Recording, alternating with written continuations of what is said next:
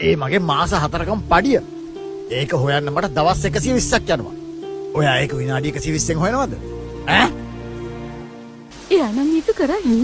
එයා ගොඩක් දක්ෂයිනේ. මෙන්න සල්ලි. තාත්තා මට නම් රුපියල් 100ක්වත් දෙන්න. ඔයා කටවහගෙන ඉන්න. එයා ඉල්ලන්නේ සල්ලි හොයන්න. ඔයා වගේ නාස්ති කරන්න නෙමෙයි.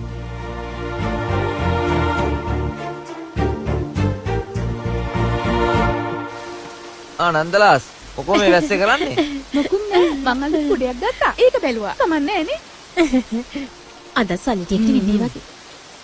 ඒ චූරි මොකෝ තාම ආවේ නැත්තේ? මං තාම ටික පරක් වෙයි බං. එල රෙට්ටමු.